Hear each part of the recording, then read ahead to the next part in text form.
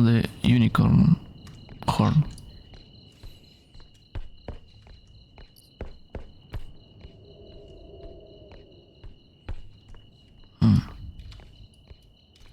Strange.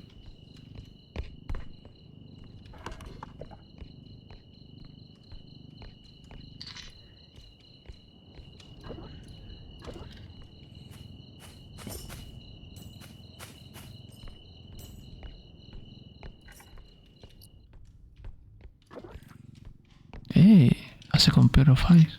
A second eye to have a pair. I cannot English. Okay, this is the exit. Well, destruction. Potato, tomato. From potato as other row. Which was going to be very funny to try to shoot.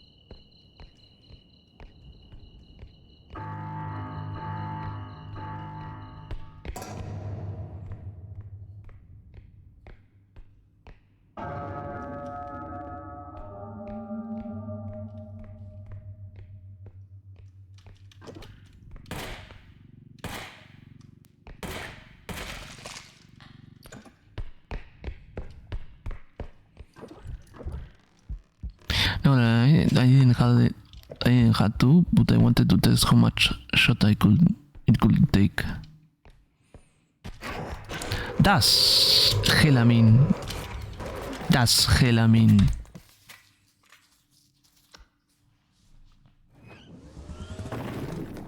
Oh, it's you. Still failing, I see. Yeah.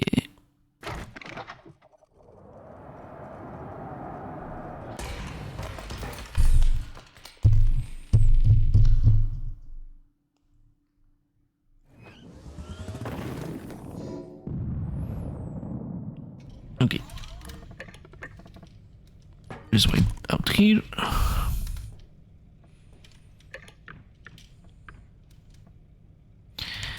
Dashboard. Game. Oh, I already did it. Ha! I'm going to it. And we are going to learn about the Deus Ex Machina franchise. Deus Ex is one of the most important series of all time, not just from a mechanical perspective, but from a narrative one as well. Its gameplay would make it one of the early pioneers of the immersive sim, a genre of games bent on giving the player multiple routes and options to tackle any given situation, allowing them to play how they want without ever feeling like their style is invalid. From a story perspective, however, it's a game whose narrative has only gotten more relevant with time. From government cover-ups and corrupt officials to discrimination and bigotry, Deus Ex explores all these topics with impressive form, and it's this part that I want to focus on today. I want to take you through the story of Deus Ex and both critique, analyze, and discuss it along the way.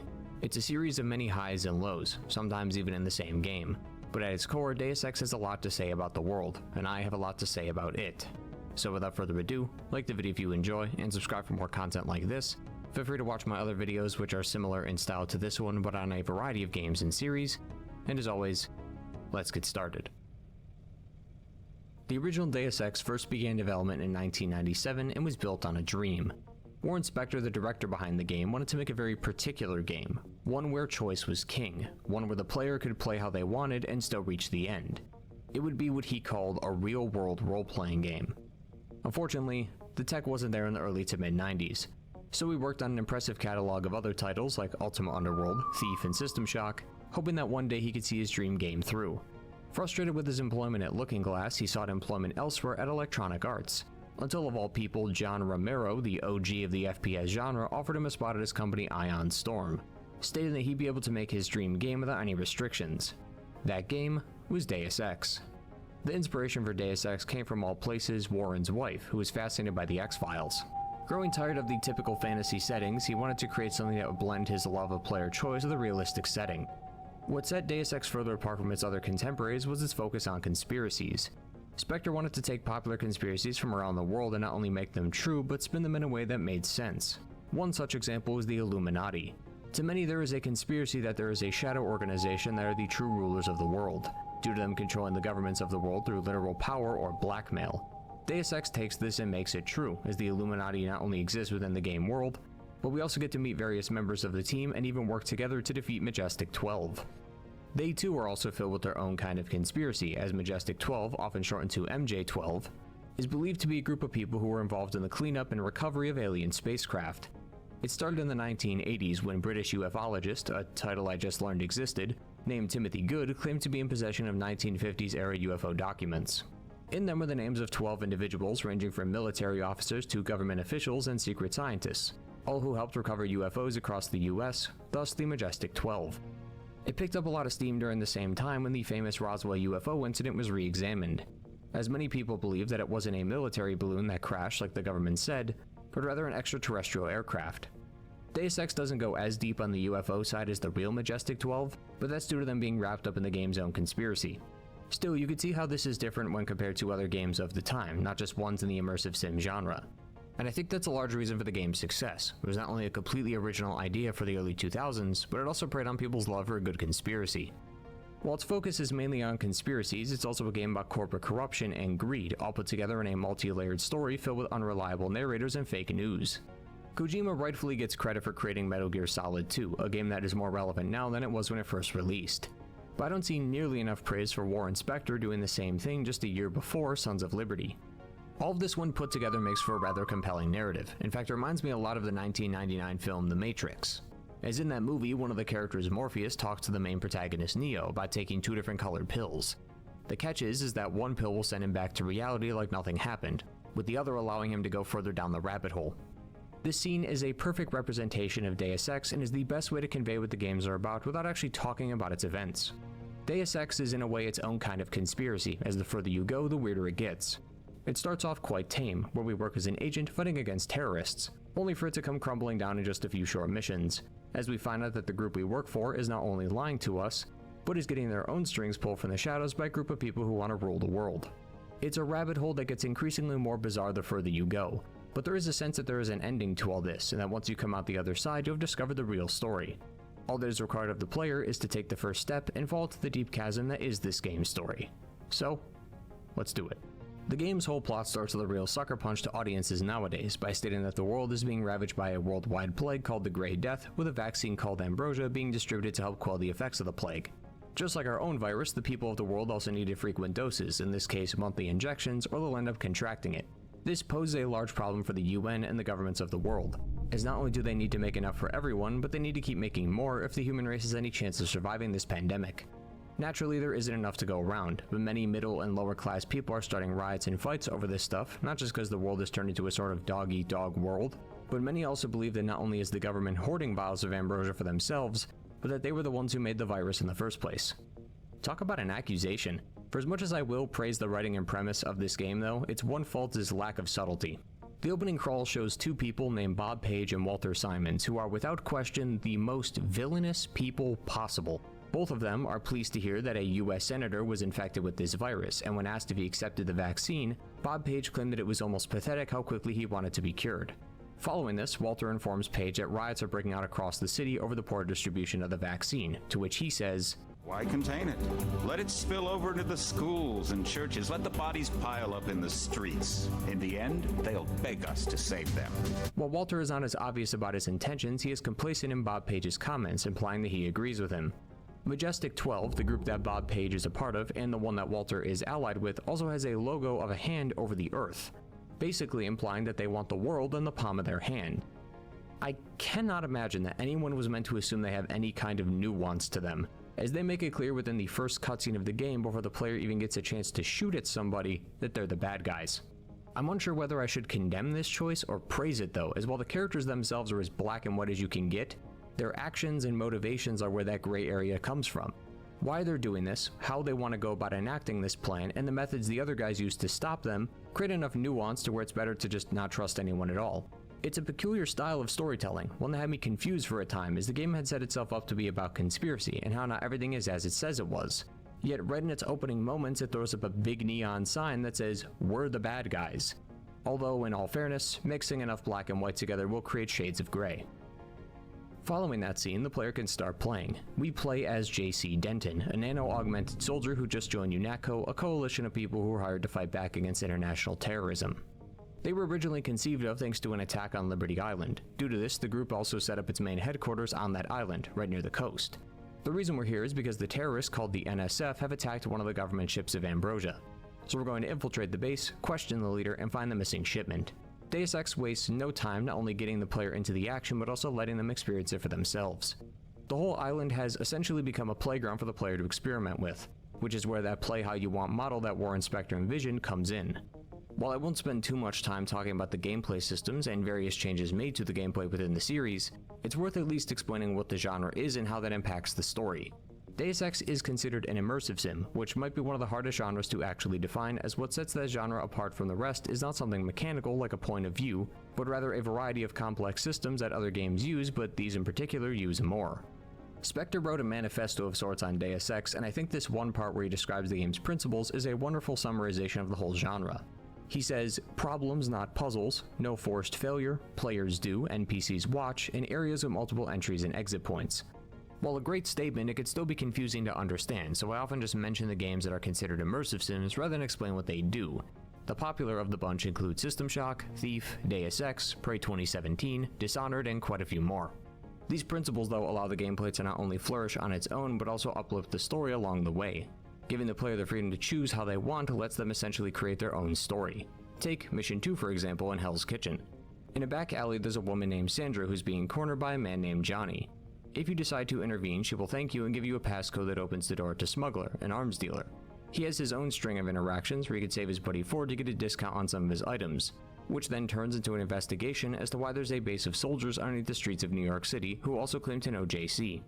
Sandra, on the other hand, will then get into a fight with her father in a later mission over a guy named Jojo Fine. The next in line for the Joestar family, presumably, Jojo has had quite the bizarre adventure by being the city's pimp, and one of his girls is Sandra.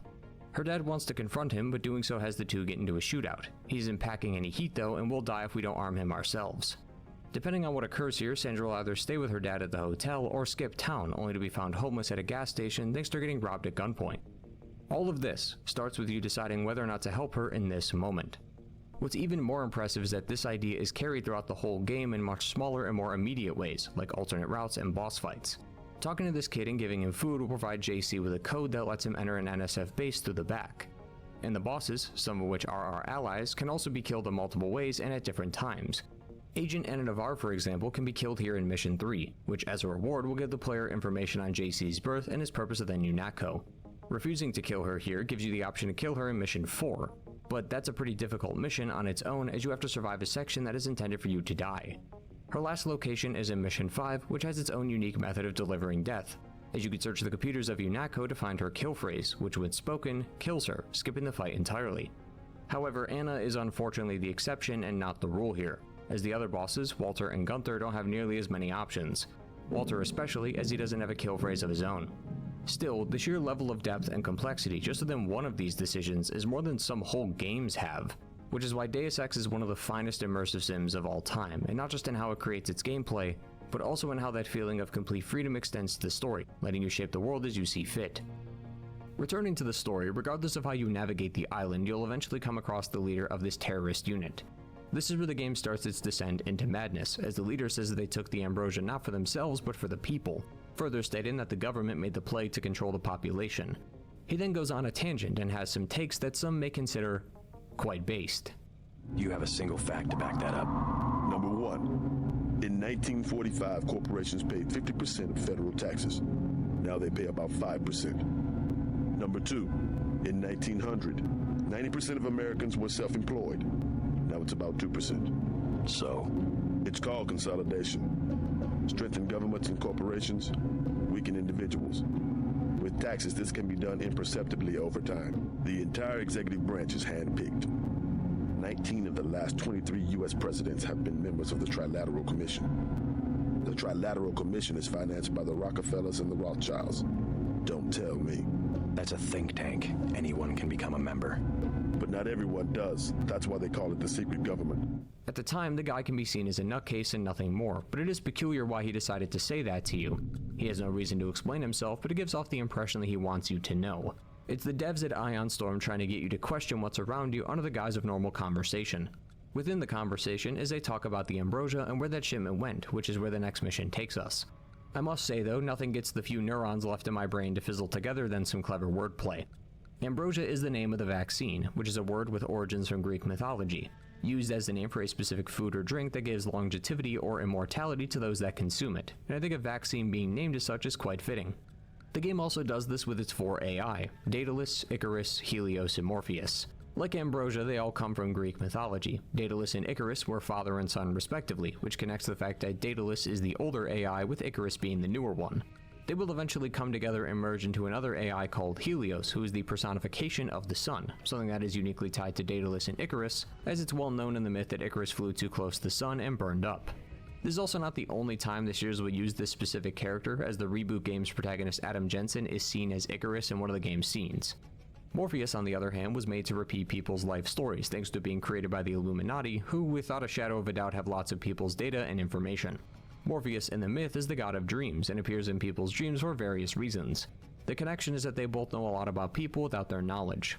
To add to this, the game's name is a clever wordplay in itself. The original title was either going to be Shooter or Troubleshooter, which was supposed to be ironic as the game was not a shooter.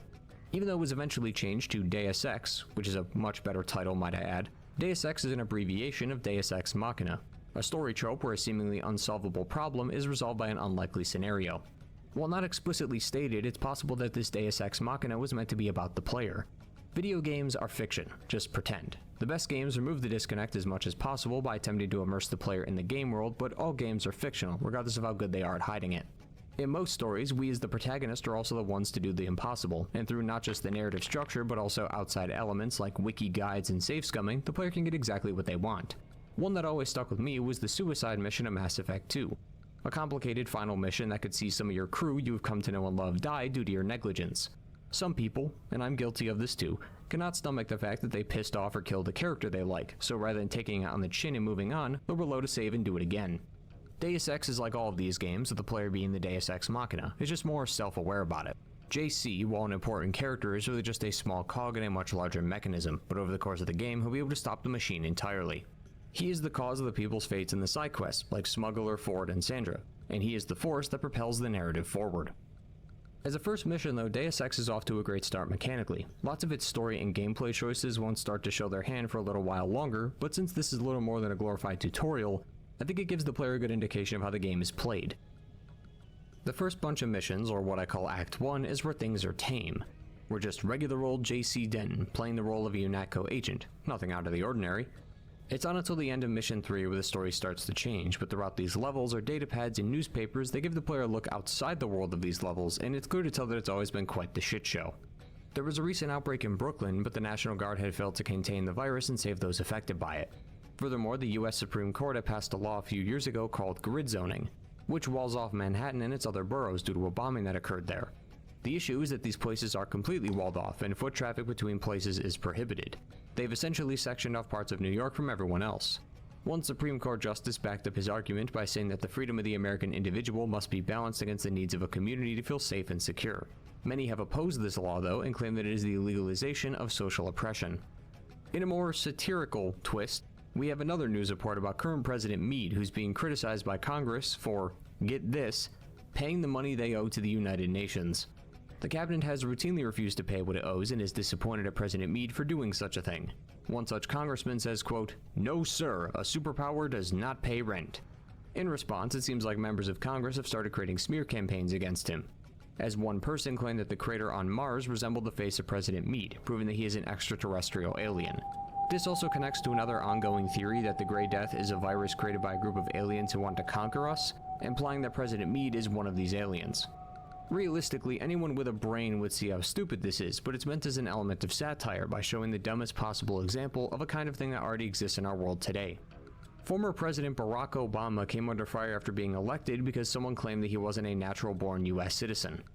To be president in the US, you must be born in the United States, live here for at least 14 years, and be older than 35. Many people, due to his policies, although more likely for racist reasons, thought that Barack Obama was not eligible to be president, claiming that he was born in Kenya. This led to him showing the American people his birth certificate, but even when faced with the facts, people continue to deny it. People do not like to admit that they're wrong. As humans, we like to win and to be correct, so being wrong is the same as losing or admitting defeat, but the most capable of people can learn from those failures and apply that to their future endeavors. For most people, falling to misinformation results in them doubling down on their claim or just shutting their ears to the conversation entirely. That's why conspiracy theories such as these can have drastic consequences for them. Most people likely believe that Obama was born in Hawaii, just as the certificate said. But there are still quite a few people out there who can't accept that they might be wrong, so they continue to push the idea whenever they can.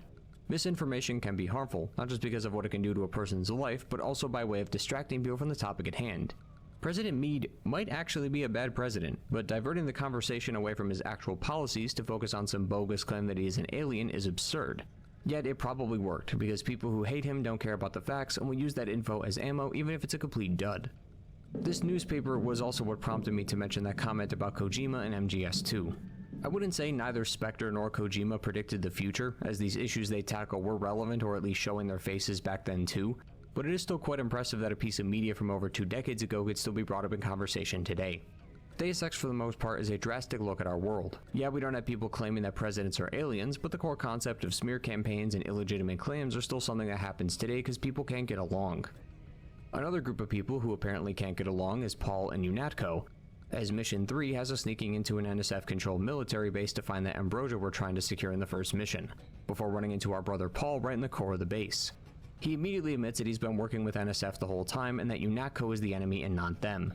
While he doesn't show up much in the game and could die due to your actions in a future mission, thus making his screen time even less, which is something I'm not a huge fan of, it was smart to make Paul the one to relay this info to JC. This conversation is similar to the one we had with the terrorist leader from the first mission, but given the context of that mission and the fact that it was only 30 minutes into the game, you'd be forgiven for thinking he was nothing more than a mindless quack. But Paul is different. He's the brother of JC. He has no reason to lie to you, so even though you might not agree with what he has to say, it's at least worth hearing him out. According to him, the virus is indeed man-made, and the UN cannot be trusted. He urges us to talk to the leader Lebedev if we want to know more. He doesn't say much originally because we're interrupted by Anna, but given that Paul betrayed UNATCO and joined him, letting him speak would be able to give us a better understanding of what's going on here. Assuming you do, he elaborates on his prior claims and states that both Paul and JC were experimental humans made by Majestic 12. MJ-12 wanted to have their own super soldier as a sort of ace in the hole, and Paul was originally designed to be that soldier until they started becoming displeased with his actions and then decided to take JC out of the tank. The key difference between the brothers is that JC was raised without his parents' involvement. JC's whole life was meant to be a soldier who has unwavering loyalty to UNATCO and MJ-12. The concept of free will and the ability to make our own choices, even if they're bad ones, is the one thing that defines a human being. Taking that away from someone makes them less like a human and more like a pawn, and this is further exacerbated by what follows. As JC reports back to UNATCO for a briefing, only to hear that they've activated Paul's kill switch. Paul was nothing more than a tool for this group to use to their liking, and once he was no longer useful, they tossed him in the trash. Fortunately, we will find out that Paul is still alive, but it creates this odd feeling of discomfort in the player and JC. That just like Paul, they are tools, nothing more. JC's newest mission is to find Tracer Tong, a contact of Paul's in Hong Kong, and kill him. We aren't going to do that though, and instead visit Paul at his apartment in Hell's Kitchen to see how he's doing. This is where the next layer of the rabbit hole starts to form, as Paul wants us to relay a signal to his NSF allies. But upon doing that, Walter immediately instructs all UNATCO troopers to attack us. From here on out, UNATCO and some of the local police will be on our ass, shooting us without question. Manderley is the leader of UNATCO, but he's more of a pretty face for the company, as Walter takes over shortly after and starts using the power of FEMA to enact martial law. UNATCO will soon flood the streets of Hell's Kitchen and issue a curfew at nights that no one can go out. He will also shut down some New York canals and shipyards so he can escort a freighter carrying tons of the Grey Death virus to the ports without being caught. It's clear that his power knows no bounds and is someone who is without question a threat to the world. However, through Walter, Deus Ex keeps continuity with an ongoing conspiracy related to FEMA. FEMA, or the Federal Emergency Management Agency, is a group of people who help out during natural disasters. If something like a hurricane were to hit a state or country, FEMA would usually be the first ones to arrive and offer aid and assistance. Some people believe that FEMA uses these opportunities to get rid of individuals targeted by the New World Order under the guise that they're enacting martial law. In all fairness, the claims do have some weight to them, as a real program called Rex 84 does just that. Its instructions detailed how the US government would be able to detain residents it deems as national security threats if the president declares a national emergency. These people would then be detained at concentration camps operated and run by FEMA. Now, while that may not sound bizarre, as people who are national threats to the country should be detained, consider the fact that following the bombing of Pearl Harbor, tens of thousands of Japanese American citizens were removed from their homes and forced to live in camps during World War II, simply because the government thought that anyone who was Japanese could be a threat to the US. Relating this to Deus Ex, Rex 84, called RX 84 in-game, was a directive that Walter and Bob Page did end up enacting towards the later half of the game. Except it ended up failing due to multiple governments and military officials refusing to comply with Walter and FEMA's orders. Still, the fact that they even have this power to begin with is terrifying, and shows that FEMA and Majestic 12 will stop at nothing until the world is eating out of the palm of their hands. The only person who becomes quite the thorn in their side and has the chance to disrupt this operation is JC, which is why Walter sends UNATCO troops after him. This upcoming section is where the intended death sequence comes in, as you're meant to die either here or make it to the subway only for you to be stopped by Gunther, who will arrest you on sight.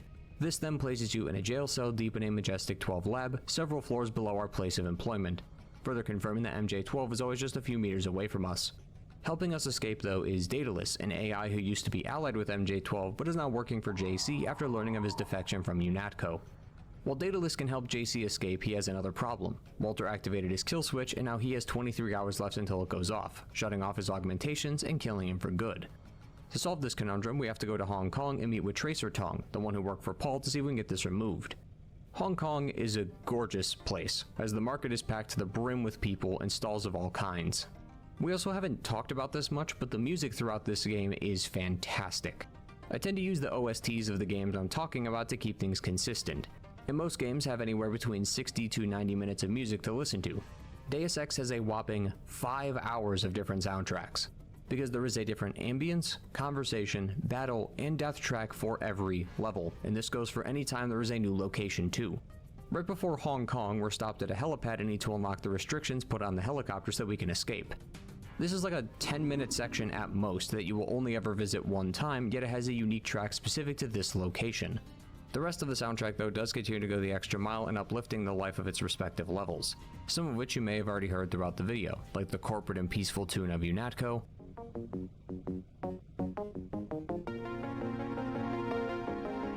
or the lonely but surprisingly comforting feeling of exploring the Duclair Chateau.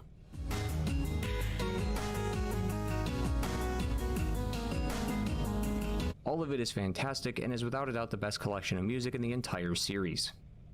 Just because we're in a different country though doesn't mean our continued themes of corruption and conspiracy are suddenly going to disappear.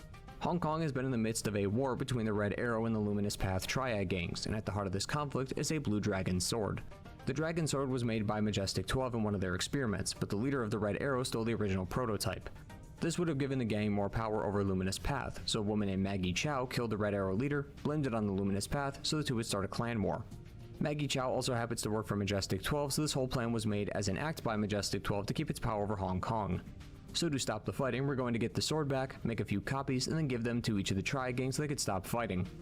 As corny of a plot as this sounds, seeing as this could very easily serve as the main plot for a Rush Hour sequel, the reason we're doing this is because the Luminous Path is holding Tracer Tong in their base, so we scratch their back and they scratch ours. Getting the groups to consider a truce is all we have to do to enter, but actually getting them to follow through on that truce is what will happen next. The end of this questline has us visiting the labs of VersaLife, a business owned by Majestic 12. Once we make it down here, Daedalus instructs us how to destroy the group's Universal Conductor, which is the device the group used to manufacture the Grey Death. Tracer Tong then points out that from the information we gathered, they're planning on shipping some more Grey Death to New York via a freighter, but that freighter used to be owned by Stanton Dowd, a member of the Illuminati. Like all good stories, a steady growth of escalation is necessary to make the story flow well, and since Deus Ex is a game about conspiracy theories, it's only natural that the apex of the game's escalation is a meeting with the most popular conspiracy theory to date. The final act of the game is where things really start to go back to its older roots, as most of these missions are like the first mission, infiltrating a large base for the entirety of the runtime. First, we start with the aforementioned freighter, then we have to move through the streets of Paris, and even take a quick trip to the long, confusing halls of the country's catacombs. Along the way, we start to learn a bit more about Bob Page, as he seems to be the head of Majestic 12, but anything we know about him is just anything the public knows. Well, Bob Page used to be a part of the Illuminati, but eventually broke off to form Majestic 12. Around 2030, a couple decades before the game took place, the US government was about to collapse. Rather than help them, the Illuminati opted to watch them crumble so they could then take the position of power for themselves. However, the US did not collapse, which caused problems for the organization. Annoyed by its current direction, Bob Page then worked with Majestic 12, who at the time was just a small subsection of the Illuminati, to overthrow them, which is why the Illuminati was forced to go into hiding, and why Bob Page has more power under Majestic 12. So instead of enemies to lovers, we have lovers to enemies. What's even worse is that Bob Page also created what's called the Aquinas Protocol, a project that was basically going to be a better internet. But in reality, it was a tool used by Majestic 12 to have complete control over the internet. This is of course on top of the fact that he is currently manufacturing a widespread plague to control and manipulate the population. Fortunately, we do have a way to stop him, but that requires us to meet another member of the Illuminati. Morgan Everett is his name, who instructs us to go to a place in Vanderburg, as the lab there also has a universal conductor that we can use to synthesize a cure for the virus. All of this culminates in the final peak of the story, and just like the Illuminati, a game about conspiracies would not be complete if we didn't take a trip to Area 51. While exploring its dark hallways, you'll be met with a call by your allies, who all want you to enact their plan for the base, which in turn provides an ending to the game. Tracer Tong wants us to destroy Area 51. Doing so would kill Bob Page along with the Aquinas Protocol, which Tracer Tong finds to be too dangerous for anyone to own. The drawback is that destroying this would send the world into a dark age, as it's essentially like removing the internet for good. All forms of entertainment and communication would be gone, and companies would not only have slower production rates, but people who rely on technology for their jobs would be screwed. It's an awful outcome, but one that he considers to be a necessary evil. Morgan Everett, on the other hand, wants to keep the base, and he believes that we could use the Aquinas Protocol and Helios to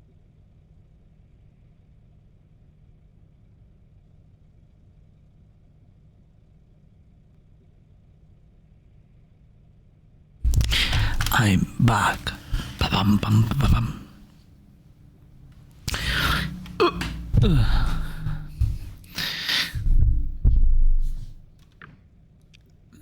No. Let's see. I have more here. I have.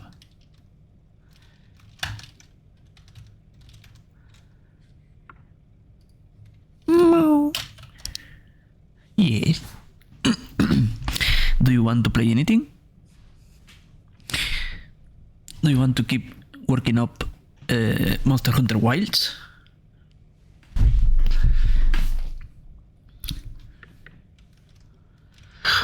Or you want to play another dual player repo? Smile. Okay. No, I kinda like to. I'm glad I saw the Deus Ex because I will also do repo. Whatever you want. I'm down to what? We can do Monster Hunter and maybe another day do a repo. I got a shiny head now in repo.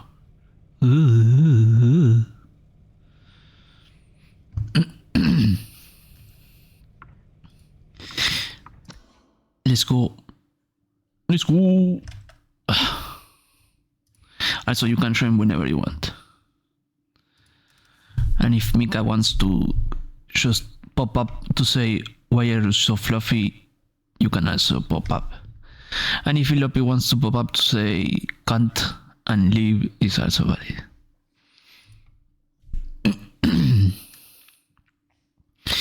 Oh. I'm full of pizza.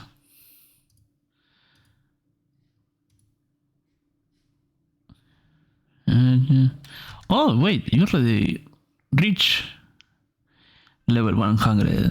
Wow. Why you so fluffy, Mo? Mo. Welcome back. Hi, Lopi.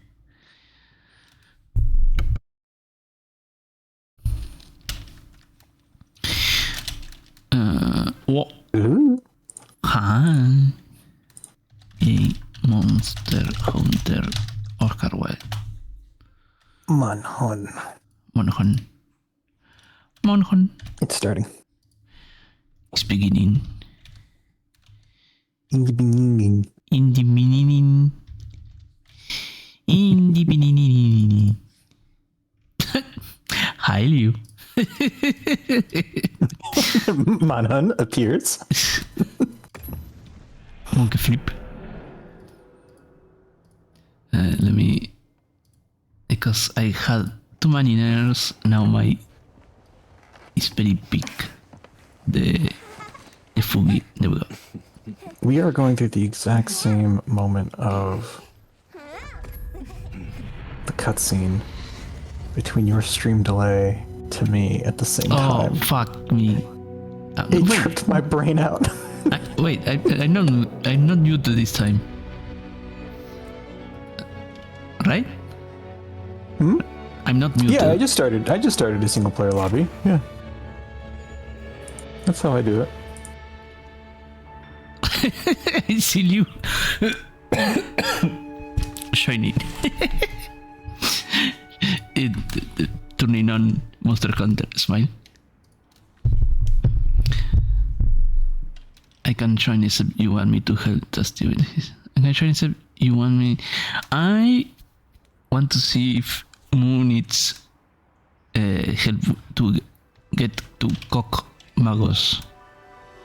Or Cockmasios, I don't remember. Cockmasios.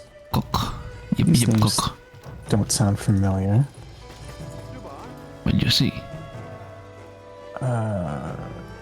ID search. Boom. I broke Mika. And Wow. then I send code. Subar. Monkey puts pee on bat and breaks it. Morat 11.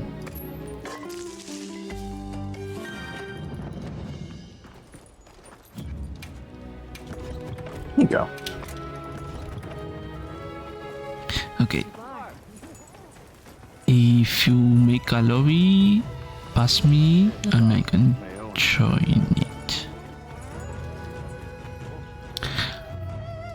Wait, did he send it to you? Send me what? Yeah, I sent it.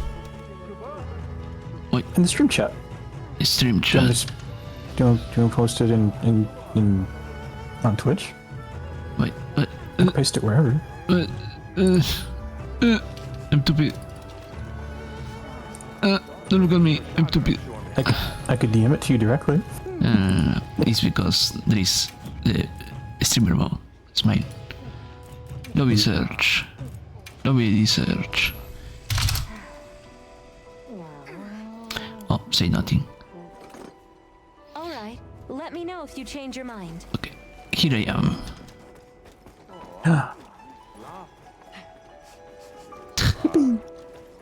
Runs away. What do I actually need? I know I haven't taken a bath since the last year, but not to run away from me. Oh, that's right. Zoshia crystal horns. Do I still need those even? Oh yeah, I do. I've got a special announcement. Zoshia, Arkfeld, Lagiacris, Right, I'm here. Sergio's part, Steve Some parts. more great food for you soon. We could put Steve on pause. We don't need to do Steve. Wait, what? We don't need to do Steve. Ah.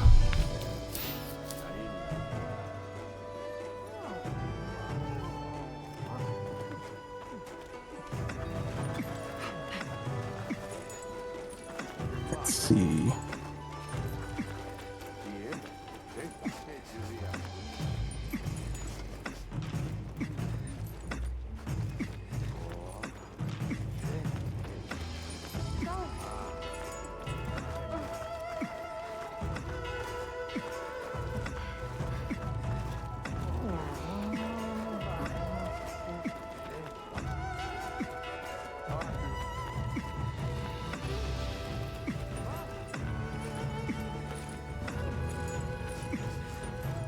This will be fun.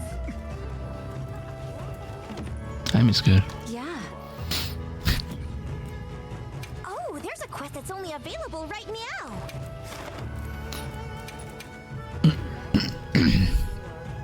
Slay the Soulshire.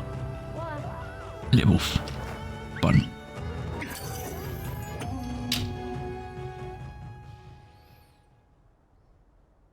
Yeah, he is weak to dragon. Okay, so I don't have to change anything. The hunt is on. I can change. A supply shipment's come in. Oh, yeah, Hope you find something useful.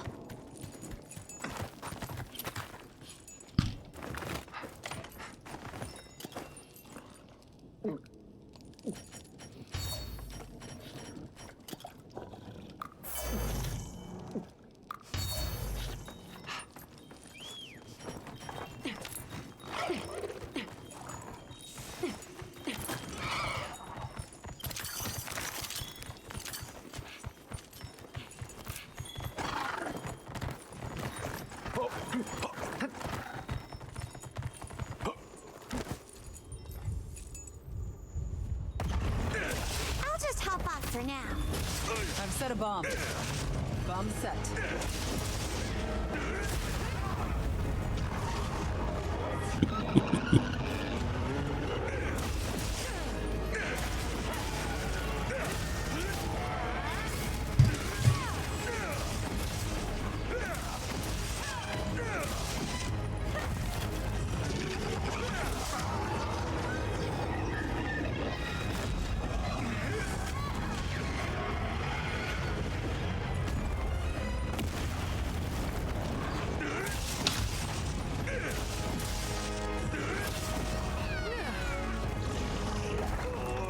What the fuck?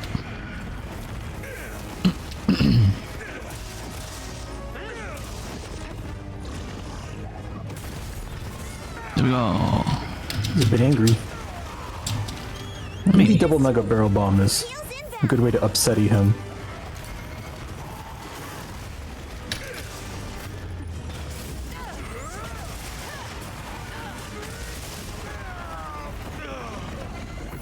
Leda, save me. Woohoo! That was close. That's my guy. That's my baby.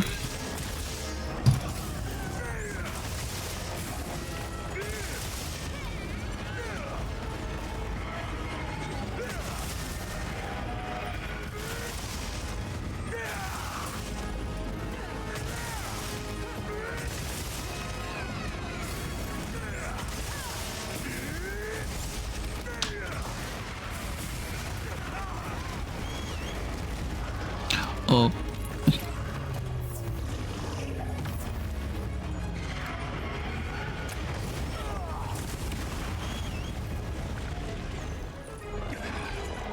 Nimble as a cat. Fierce as a cat.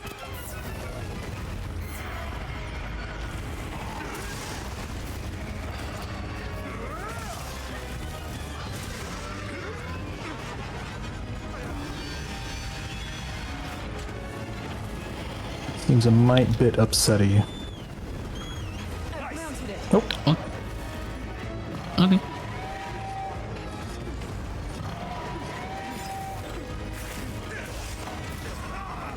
Do your thing, Blunderang!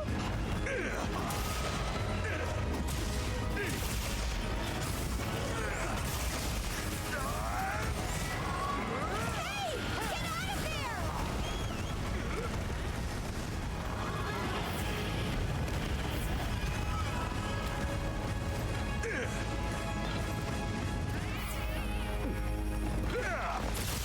Did he want to fucking sleep?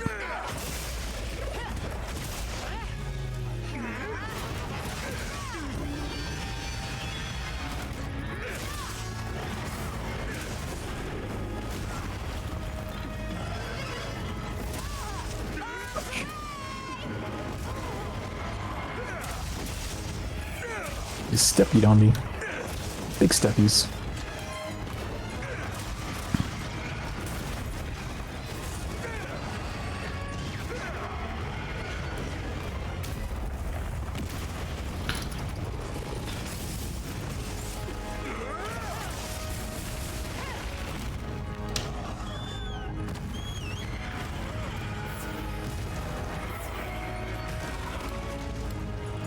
Boop. Cap. Nice. Treat that.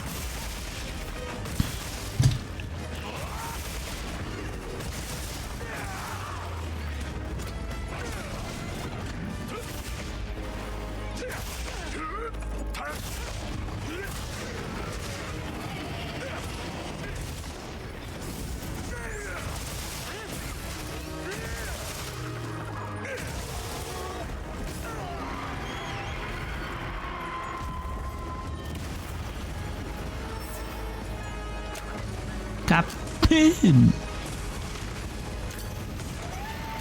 Armstick goes in the square hole. Square hole. Yippee!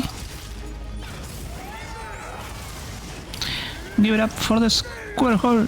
Boop, boop, boop, boop.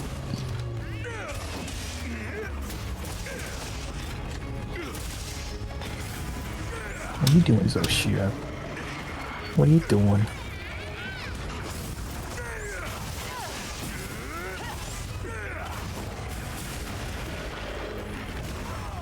Oh, I dodged into that.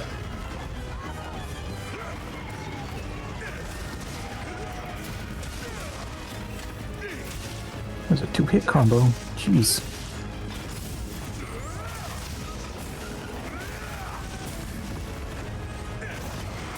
Thanks. That helped. Thank you. Bo? It one shot me? Hey you? What's the knife full? There's a 10-star. Are you alright? Take a second to restock your supplies before heading out. I didn't expect the one shot. No one expects the Spanish Inquisition.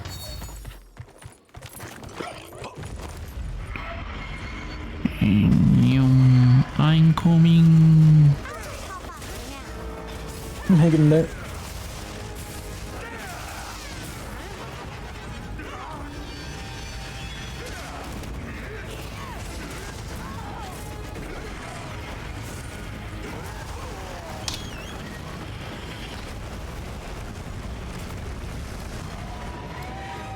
Leave this to me! Heels inbound!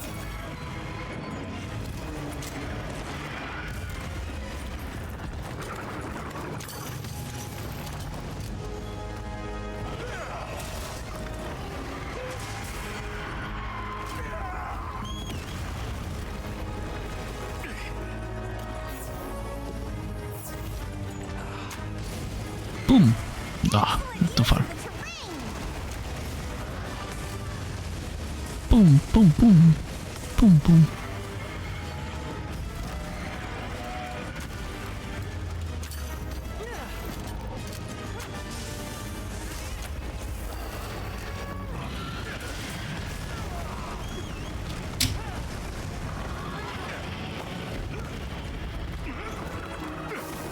Do it.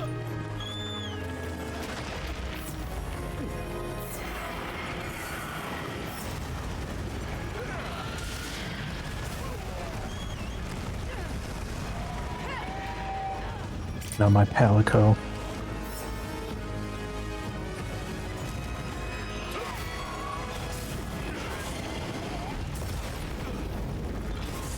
I like how I get the warning of that will kill me every time. That one I was able to see it and block it at least. Spooky. One wrong step is instant death.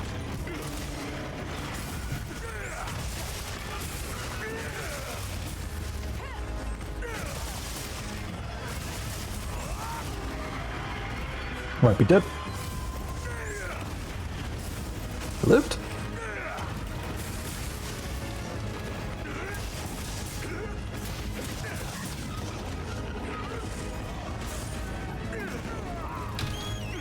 Leave this to me! Heels inbound! Whee!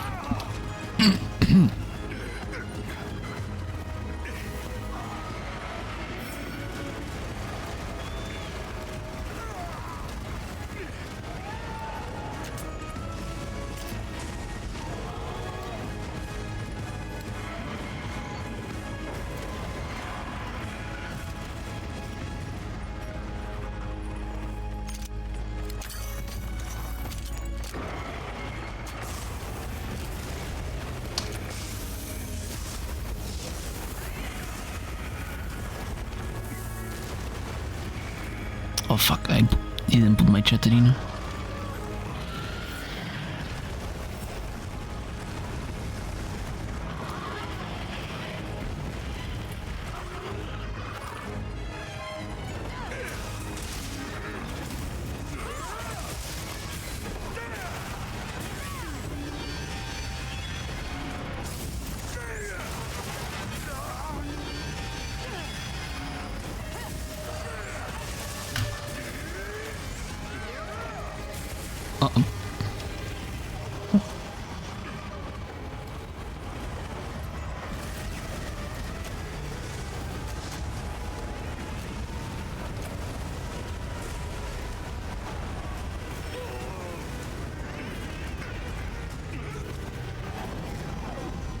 But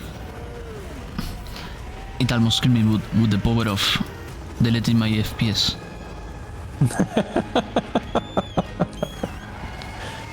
It's a really spooky power.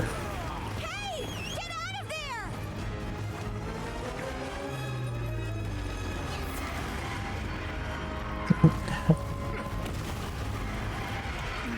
Hi, Kiki. Hi, Kiki. Sorry. Hello there. Still there? I think so. Am I alive? No, I got so shy. I got carded.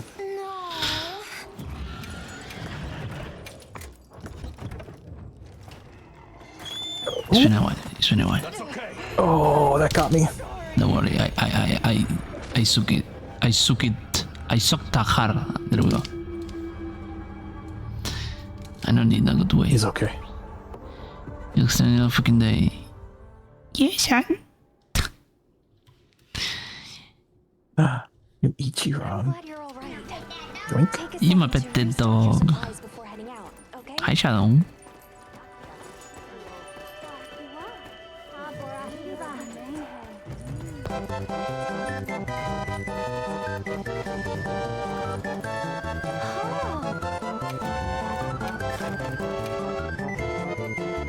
Of course.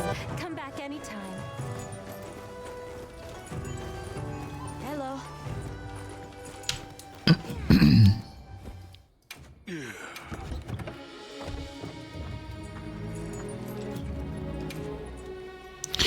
Wow, Kiki Shadow. Yes.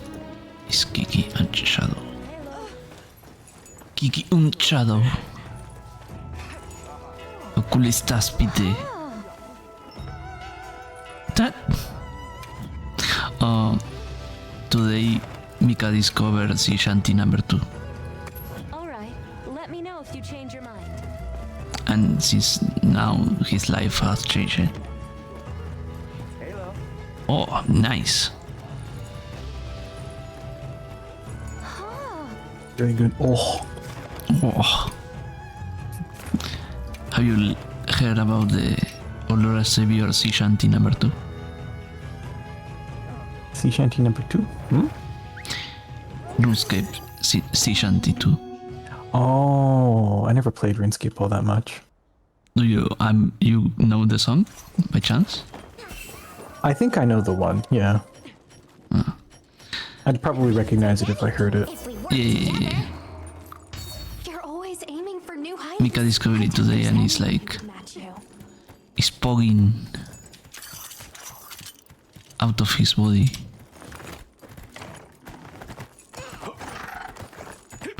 She's going to find out where it was from. You could have asked.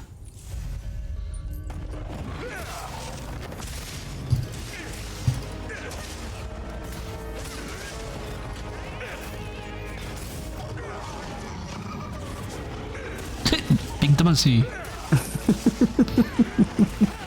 That's like no damage.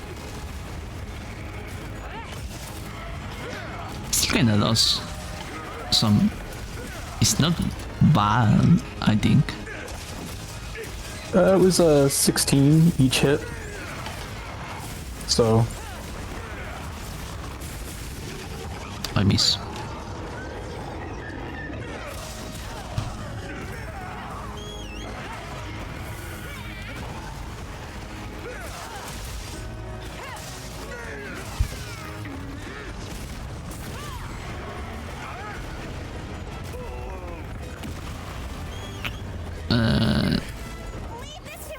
if you like, have you ever heard this song? Question mark, exclamation point, question mark.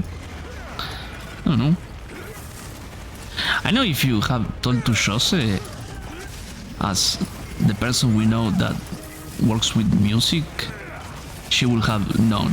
First off, because she plays RuneScape, and second, because I don't know, music.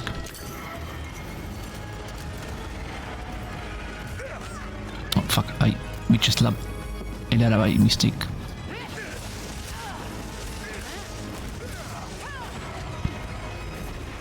And before anyone says in game, no, in real life.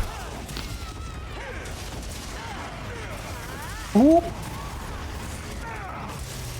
I perfect blocked it. Yippee. That is a pixel of health. Somehow I live. Thank you, divine blessing.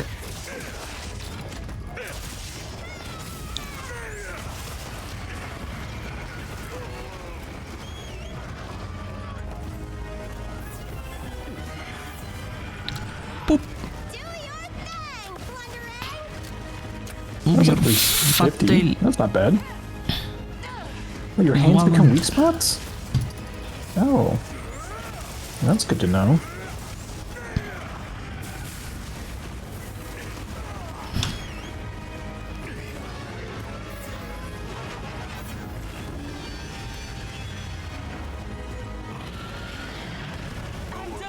Oh, No, no. I was a fraction too close to that one.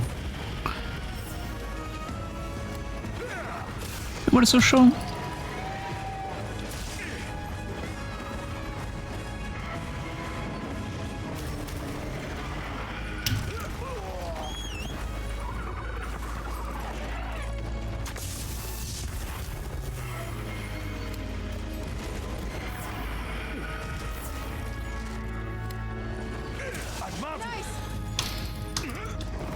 I go through what I want to.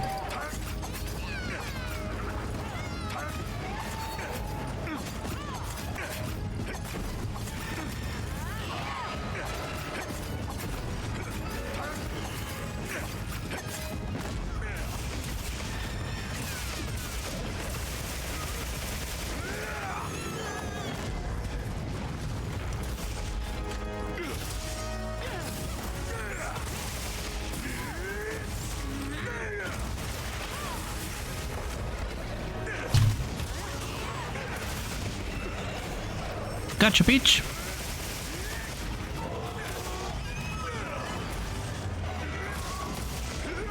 Hi, Swicket. Hi, Sweckit.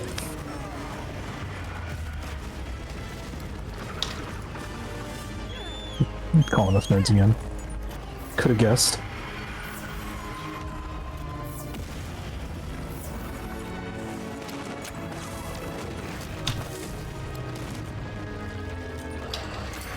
I'm in a bad spot. I'm in a bad spot. I'm okay. Are you okay? That's a fireball. And that's not a fireball. Wow, Yes. wow, wow. Fireball. In the words of the monkey, wow, wow, wow, fireball.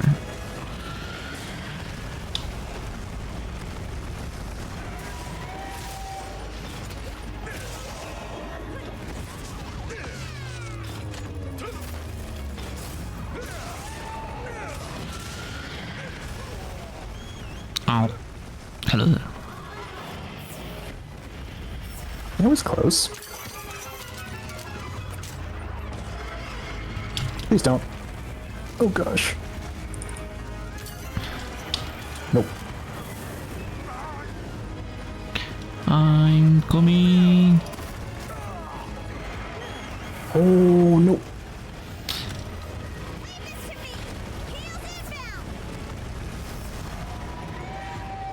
What? What a trick shot.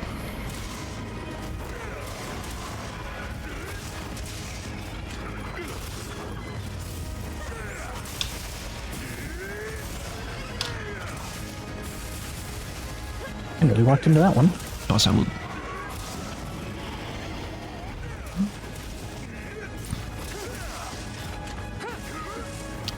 Yes. In here, Kiki is the model, not you. Smile.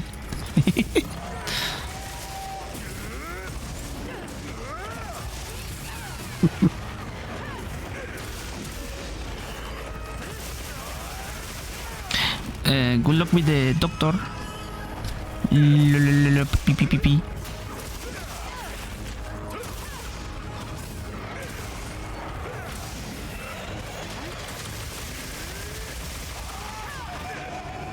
Damn. That was a victim. It's good. Oop. Oop. Ow. No, no, no, no, no, no, no, no, no, no, no, no, no, no, nope, nope, nope, nope, nope. Oh, I'm good. Are you? Somehow.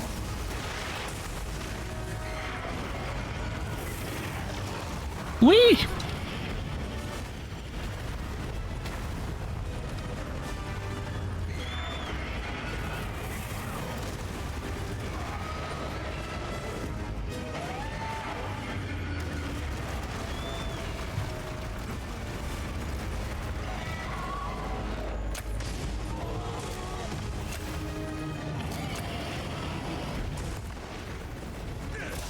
Here we go! No, what the You're welcome here, fucking Swicket. I need to grab you and shout out you. Smile.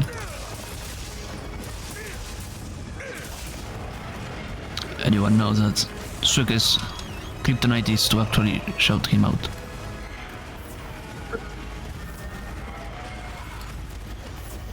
See? There he goes, Kiki. Hit the where it hurts. Yeah, it's because you have that. I hate my clips. They're old, they're trashy. Don't worry about it. I hate them. And they show. I just cringe so hard seeing myself when you shout me out, and it plays like a 30 to 1 minute clip. Critical damage. I can do this. Mr. Mushe eta is Swicket handsome? Yes, verily. As someone that has seen... Oh, okay. Okay, settle down. Settle down. See? The well mention of Swicket's appearance makes Moo calm, I think. I'm not sure what was that song. Very close fireball. Very, very close fireball. Oh, I'm so dead. No, I'm not. I'm dead. I'm dead. I'm dead. I'm dead. I'm dead. I'm not dead. Somehow not dead. Ghost of life.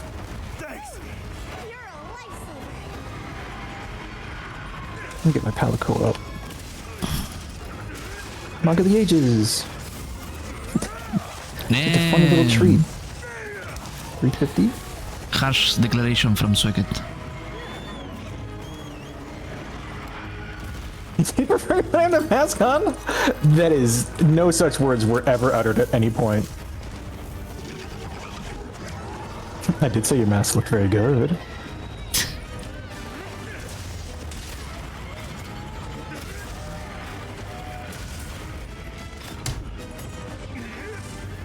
Come on, Autumn, get me out of here.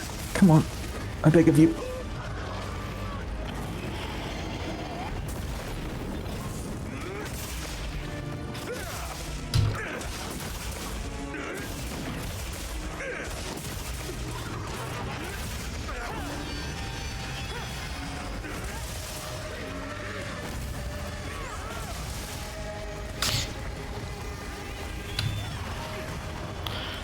Ugh, wind pressure, come on.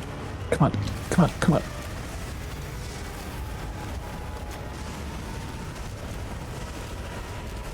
There we go. Phew.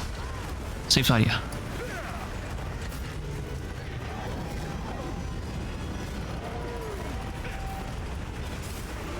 There we go. Face me, dragon. Maybe not like that. Redo, redo, redo. That one doesn't count. No fires, no fires, no fires, no fires.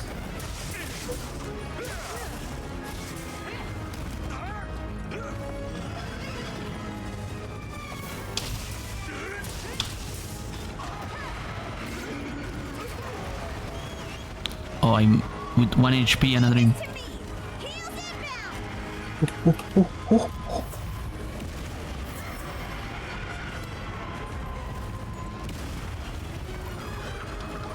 Just gonna sneak in here, get a couple of I got hits on the tail.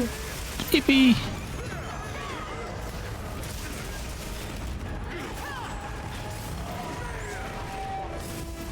Eat shit and die.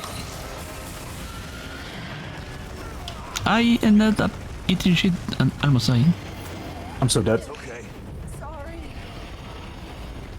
Bad time to wyvern fire.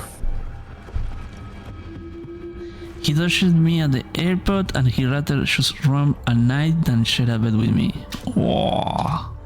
I was there the night before everyone else showed up, so that's a lie.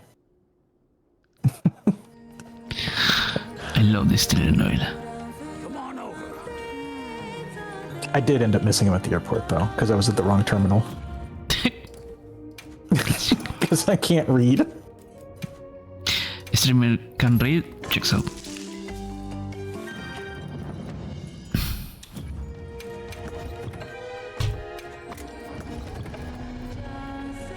Oh, stamp boost. She's singing.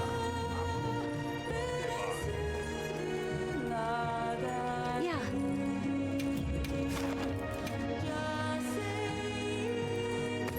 Of course. Come back anytime.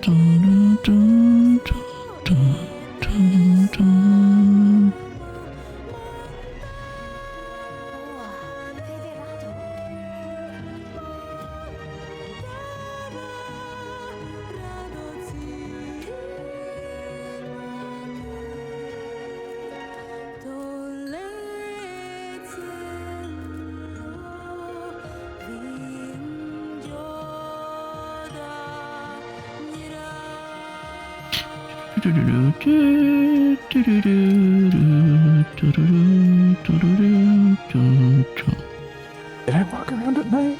I don't remember.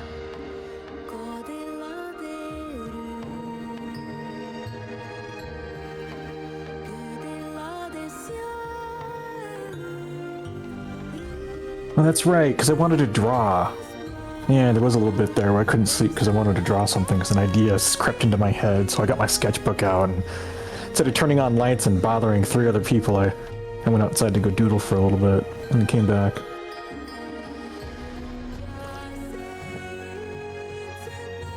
Wasn't that when Xeon was there though? So I was already not in that bed? What song? Wait, what? You know, why you back to Shang to do this? Explain the oh, the oh, the oh. Came to be for a clip of Naked Breakit, known fanboy of the community. He once said in a clip, "EP, yes, I'm always EP." Play the video. I don't have the video. Is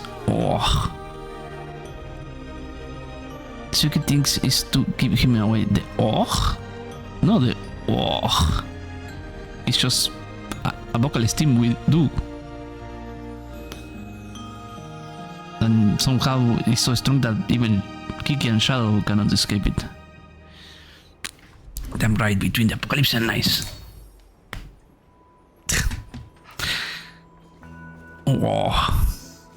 I'm lost. Is a vocalist team like any other VTuber streamer has brain rot? It's just Hey. It's a pufferfish getting a carrot deep throated into its mouth. Wait, let me show Swagger the link. Because he's not going to get it. Wait, what link is that? I'm scared. Actually, no, because it's Kiki and I'm not scared, but...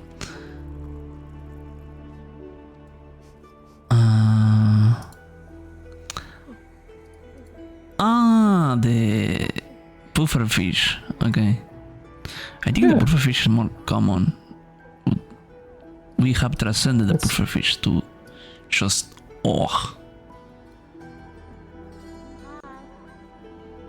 Okay, for fucking Swicket.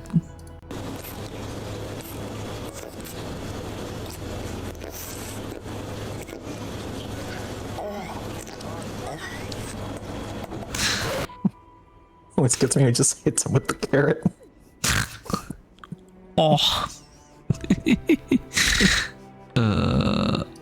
Mika, do you have the clip from Naked? Thank you, Mika. Okay, now comes why we do say it. Okay, let me... I'm sharing my screen. There we go, okay. There we go. 8 months ago. Huh. Oh, tell me. Oh, don't tell me it's not going to load because. Come on. No, it's not going to load. What the fuck, man? No. Well, the link is on chat. The link is on chat. I won't make Moo wait. Who am I? A bad host? Smile? Yeah, all the time in the world. I like his excuses. I'm going to grab you and peg you. Okay. Not you, Swicket. Oh, damn. Okay. Alright. Just ignore that. Okay, let's be on our way. Today I say to Mika, I don't know what he said to make me angry quotation marks. That's a great clip. I hadn't seen it before. Wait, you never saw the original from Naked? It comes from that. The EP. I'm always EP. Naked is the original poster, Smile.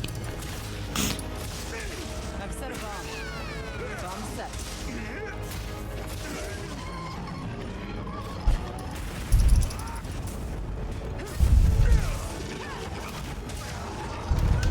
I may have pissed it off right away. Maybe. What do you think? The first or the second bomb? Double bomb with Naga the Ages at the same time? Almost 900 damage to start out with? He seems to be going after me. I don't know why. He must be in the Wii. Nope, he changed target.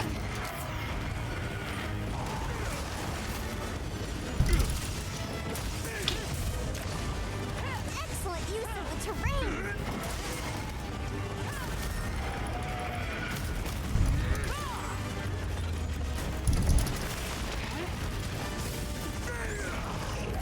Please give me time to cast.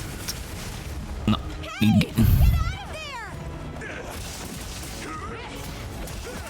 Wait, I see. No, I will exploit it.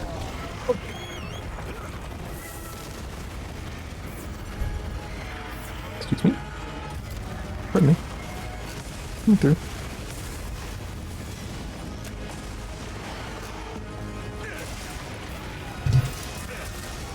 There we go.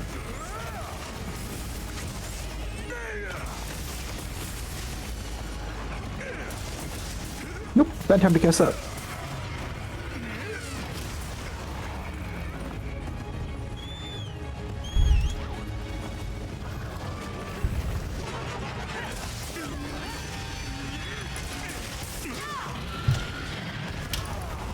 Oh gosh.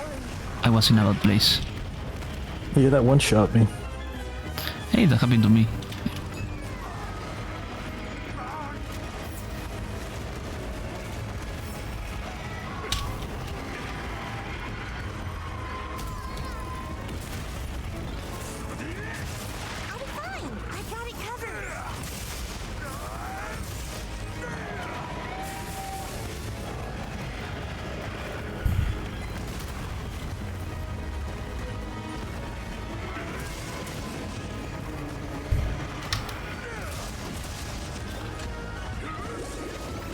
now, so if you're going to say something and I pay attention, it's not because I hate you, it's because Monster Hunter.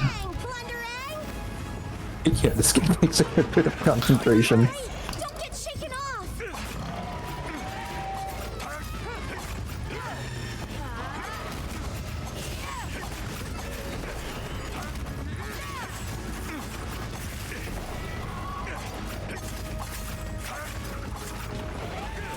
Do not.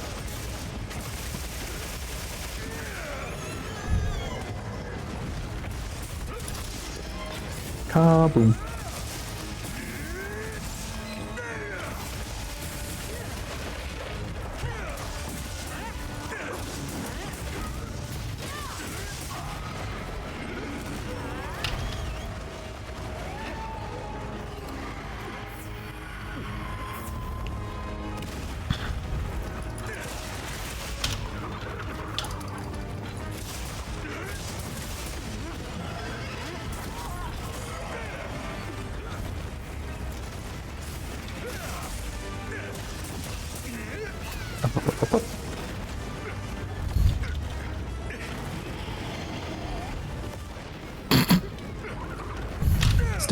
Stick. That was targeted hate.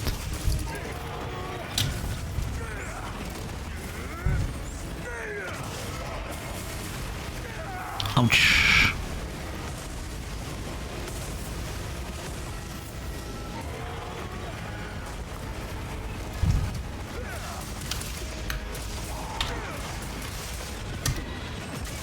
Gotcha, bitch.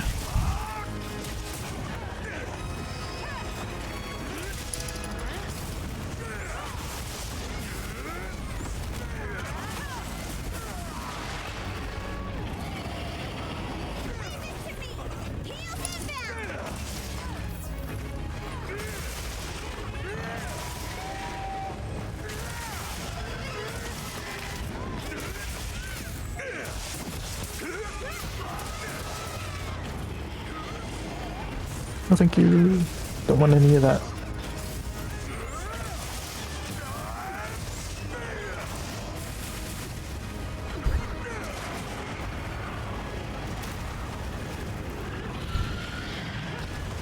Ouch.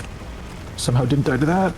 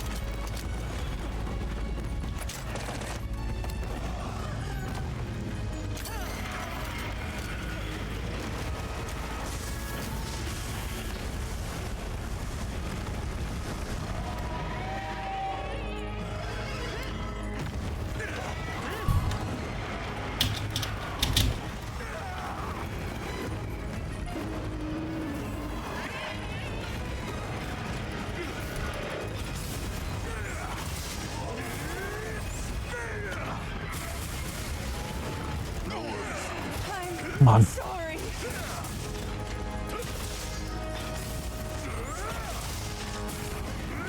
Bleed into the corner. Shade. Ah. Okay, let me see. What the fuck? What happened in chat? Let me see. I see a lot of cheeky banter. A lot of old being old. Yes, well, not being old. Doubt. I am I'm not that much younger than you. Yelling, Mika is saying, oh, and dancing to sea shanty number 2. Who told you how no one. I have a bad idea though. Who told you, didn't he? Don't make me take your walkie away. And Suka saying, no, which I think is saying it I in do the... not dox my friends' ages. Thank you very much. Come on over. Oh, I heard from the others. This one will have to be my last attempt. okie dokie. Are you EP? I'm getting pulled away for old man ancient game. Old man Final Fantasy Yeah, Final Fantasy 11. Welcome back. 11? Can I help 11! you? Sorry. 11. Extra old. That's another of the trigger words. That's most of being in the proximity of Pengu. We get a stick with all the good memes of Scotland forever. I need to watch the Tenant video he told me. A wee bit of shoes, yeah. A wee bit of shoes. Fucking minging.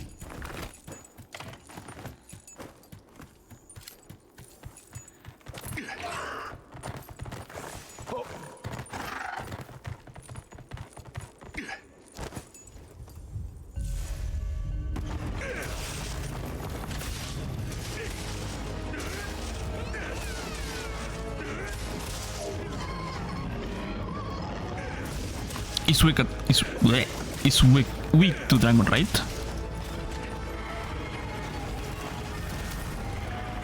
Yeah, Shy is weak to Dragon. Okay.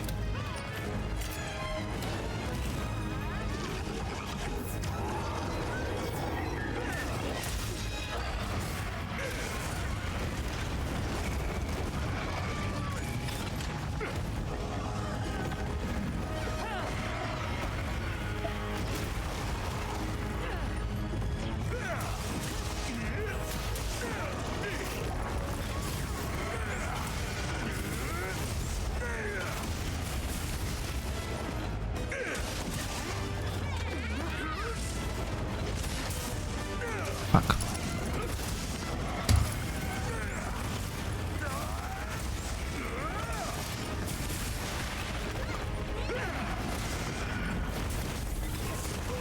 Fuck. I ate that one to my face.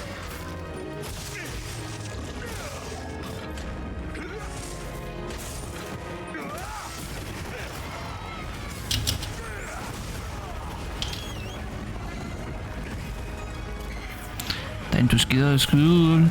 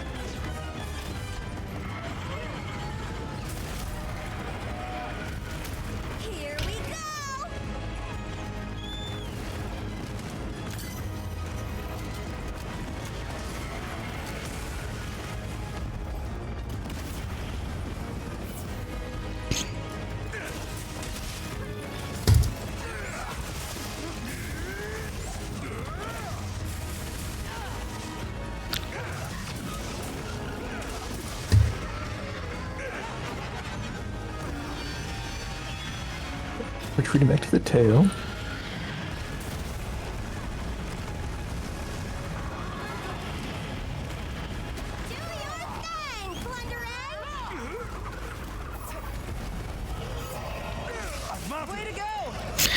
Gotcha, pink.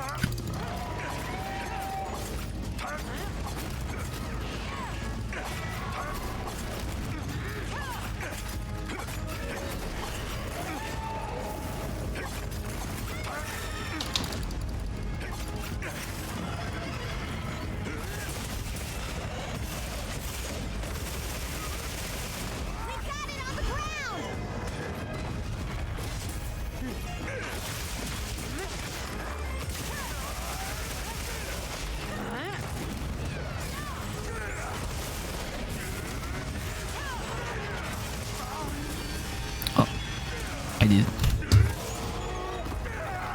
Oh. I was so close to die. Oh, I was way too close to that one. Somehow didn't die. Thanks. You're a lifesaver. This should do it.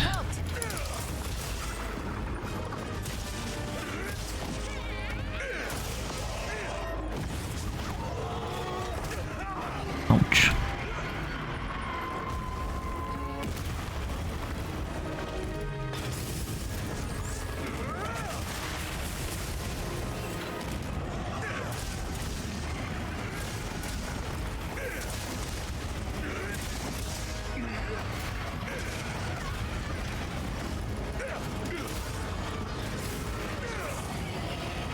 Uh-oh. Ah, I thought it was the bigger one. Managed to survive. Okay. Nope, nope. Not close to that. Excellent use of the terrain.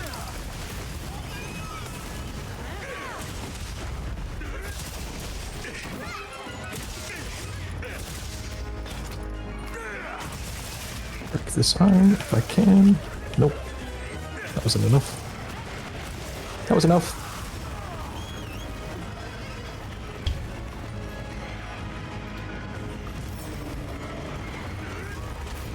Come on. I can move faster than that.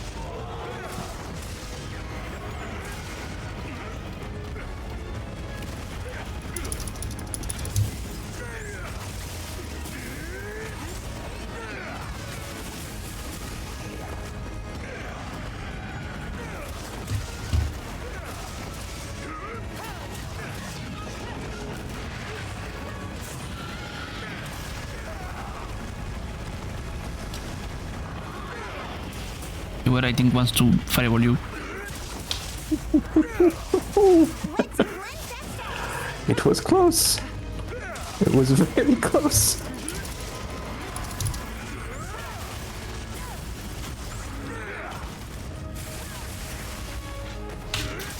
Ooh. Hit the weak spot.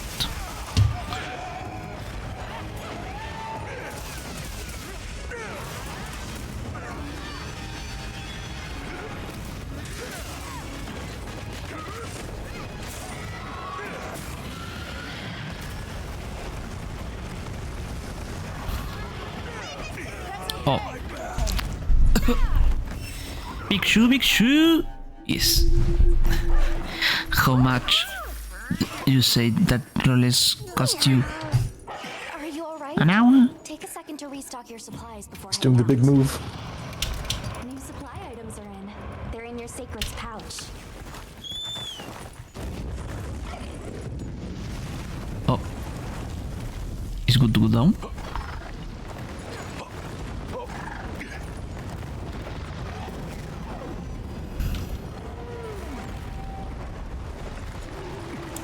Okay, now it's good to go down.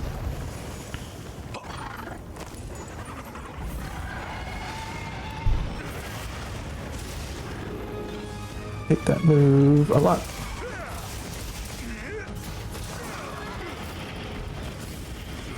He's still focusing on you. I think he likes you. I think so too. He might be upset at me for something I did. It might have been all the Moogle bullshit.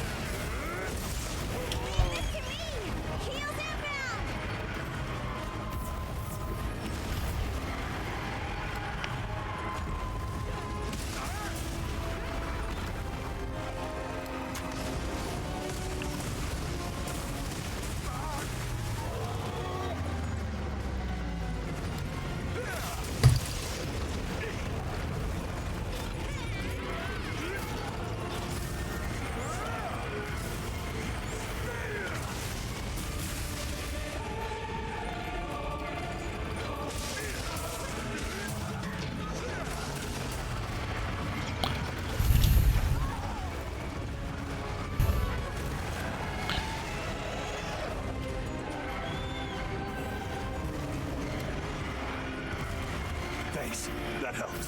Thank you. Yep.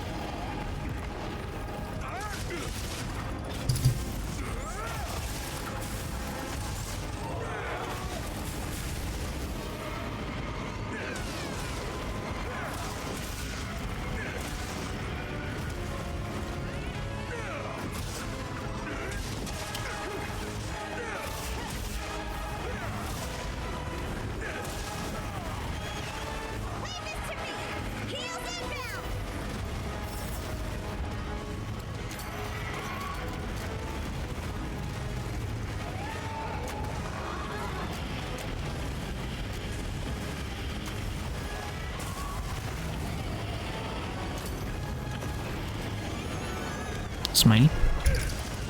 Let's cleanse that status. Make sure. Get him. Nice. You okay? Did you drop the ceiling on him? Yeah. Excellent.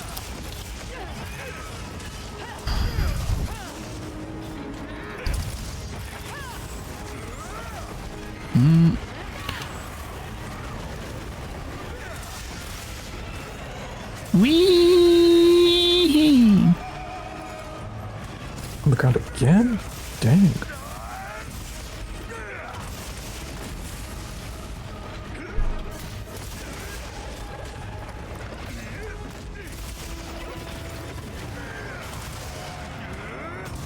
Oh, That's a big one, yeah. I didn't expect to be such a big one. I should have expected it though. That one scorched the entire arena, except for behind him. It's a burp. He's rampaging across the arena. I think he's gonna do it again. Nope, he's firing fireballs. Fireball.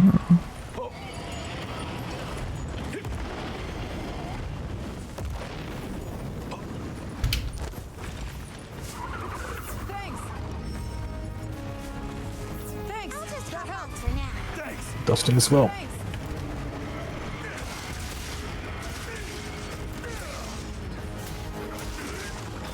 Ration. Redstone.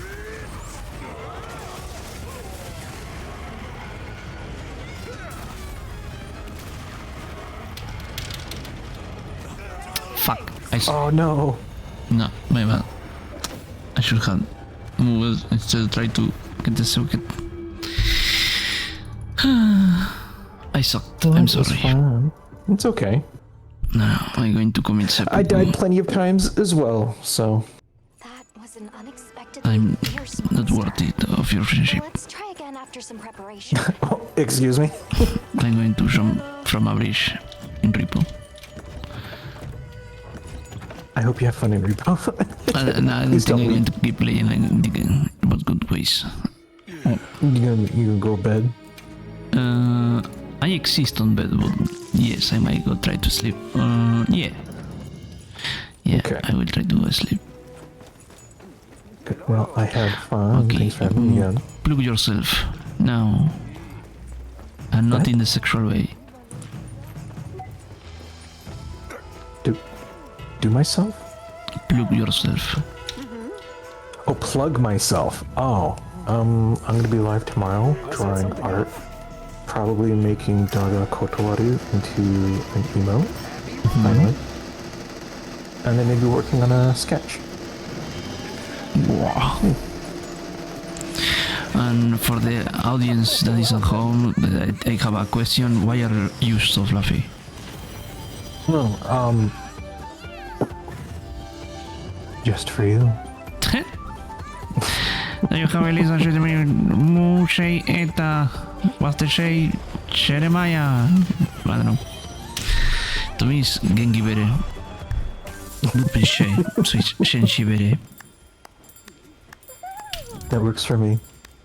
Take care, Moo. Take care. Bye. Jinx. Can't wait for your next spin. Okay, we are going to raid Shine probably. Yeah.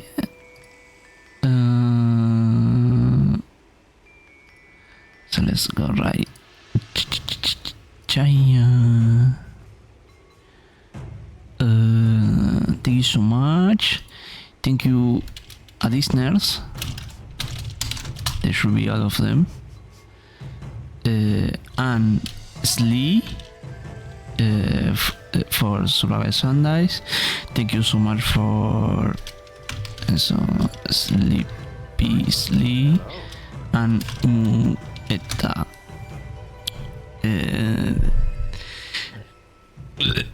Sorry, I got a burp. Smile. Take care, everybody. See you maybe tomorrow. I might stream for that. 4 out of 10. What? I was holding back, to be fair. I'm not surprised. I wanted to go full beast mode. Smile. I know people say beast mode in a like bad reputation, but actually I sometimes spook my mom and Lara if I go roar but in a burp. Anyways, anyway, that loud burp, you got nothing on that. We can burp together with shadows. Yippee! Okay. Red Japan.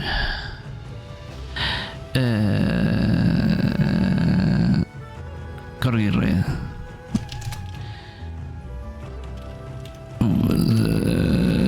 So red. I don't have me any clever joke that I haven't done already. Fuck. I miss an L. There you go. Corgi Red. Okie dokie, take care everyone. See you maybe tomorrow. Remember to follow Moo. Remember to follow Pengu, Ruby, Slee, Mika, and also remember Kiki has a blue sky and a coffee. Go check it out. Bye bye. Bye bye. Bye bye. Bye.